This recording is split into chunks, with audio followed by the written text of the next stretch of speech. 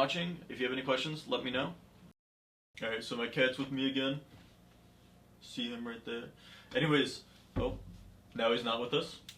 He's not dead or anything, he's just not with us.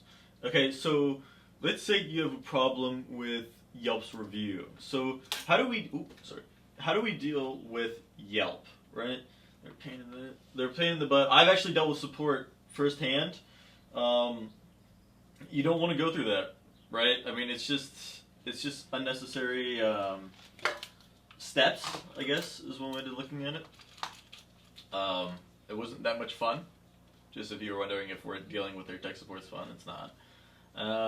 So what we really want to look at here is to look at Yelp's, like their filter for businesses is like a bouncer, and why is that being a problem? Why is it, like, how do you deal with it? Because Yelp, like, you can create your account, right? And then you have to wait for it to get even, like, approved or not so other people can see it. That can be a pain in the butt when you're just waiting for them to approve something, right? And so what we're going to do is we're going to look at the filter first. So the first thing is the filter. And what are they filtering out, right? So they want it to be a local business, right? They don't want it to be local. They don't want it to be like Walmart. And they want it to be in person too. So either in your office or theirs. They don't like online-only businesses.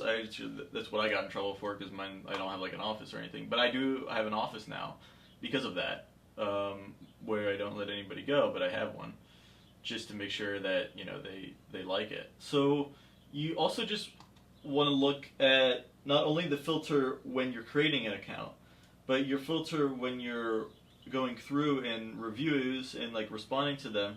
So your filter there is anger equals just bad. You don't want to do it. You don't want to be angry at anybody because it only makes you look bad, not them. All the attention's on you now because everybody knows how they feel. They just had a bad experience. Everybody's had a bad experience, but when you when you bounce back at it, right? So they have that filter. They're kind of like a bouncer, right? But what is their real job? Like, what are they focusing on? What is the filter focusing on? It is focusing on bots / fake accounts, right? If you can prove that you're real and that you're at a place, it just, it sometimes can catch you even if you're not one of those, but there's a lot of those out there. That's the problem. It's all local, so it's like, they just don't want spam accounts, and they want every location under one account instead of like 500 different accounts, right? There's a big problem with Yelp and because they're already out there, but now they're trying to crack down on it. So once you're waved in, one review strangers get stopped. So like if you only have one review, if the person only has one review, some strategy, some numbers, we'll say that.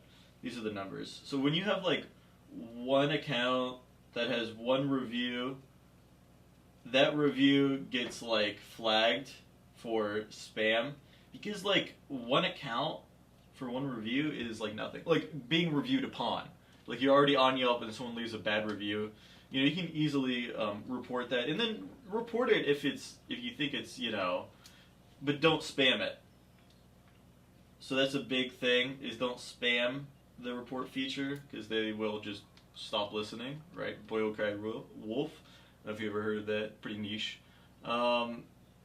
So is Yelp even worth your time or money? So they don't charge anything really. I mean, you do have to take time, right? And then they also have ads, but that's up to you if it's good or not. So is it good for you? Good for me. And what you want to look at is the industry, and then that industry's views per month. So like mine, average view is like 1 for like website development, stuff like that, like online IT services. 1 review. That's like really bad, right? That's like, or 1 view. I apologize. 1 view per month. Not even a review. Such close words. Anyways, let's move on to segment number 5. We'll look at like an example of a playbook for Yelp, right? So you want to complete your page, so make it complete fully. Obviously, there's additional features you can pay money for. There's probably no point. It really depends on your business and what it's under. But you also want to respond to reviews, right? And you want to do so in a positive, calm manner, of course. I'm not going to put that there. You know that already. But decline sales calls. So, like when someone's going through Yelp, just looking at small businesses to make sales calls to, just say no thank you and hang up. You know, I mean, they can be a pain in the butt, don't get me wrong, but you gotta understand that's person too, just hang up. You know, it only looks you bad if you get outraged. So here's some myths to burst through before we get into anything. Yelp hides my good reviews to force me to buy ads. It's not true. It's illegal. If I pay for ads, my hidden reviews come back. No, that's not true. You just pay for the ads. You just get the ads. That's all. I should ask my happy customer to review me on Yelp. Sometimes you're not supposed to solicit, so if they put in the review that you asked them, they're not supposed to do that.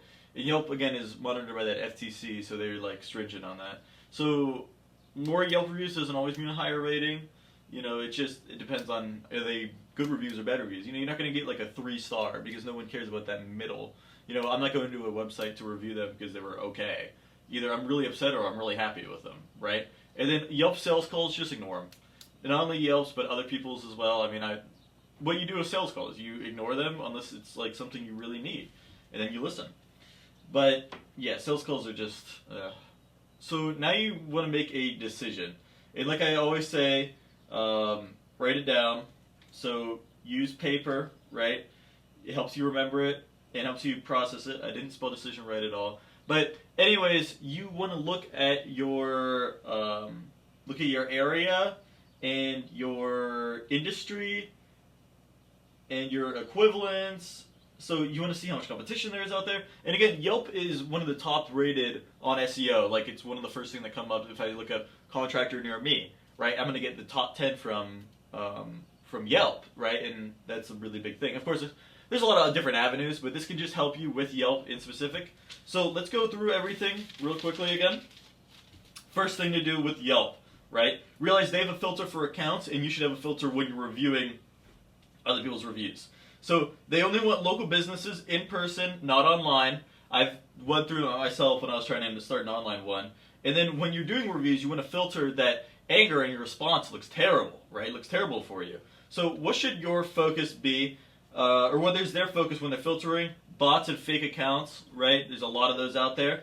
The third, some numbers. So one account, one review equals, it's probably a spam account, right? They realize that when you have one account with one review, if it doesn't add up, if it's just new, you know, they're going to mark that, and then you're going to mark too. So don't spam it as well, the report feature. This is like if someone's leaving a review on you. Next, it's not always good for you, right? So look at the industry, look at the numbers for viewers on that. You know, like, is it even worth it to get on this platform because does it actually help me at all? So a common playbook, make sure it's complete, respond, and decline their sales calls. You don't need to accept them. And then you also want to make a decision. I spelled that terribly wrong. On paper, write it down about the area, industry, etc. If it's right for you, if you should go through with your plans, and then make plans, of course, and get deeper into Yelp. It's pretty self-explanatory on how to set it up.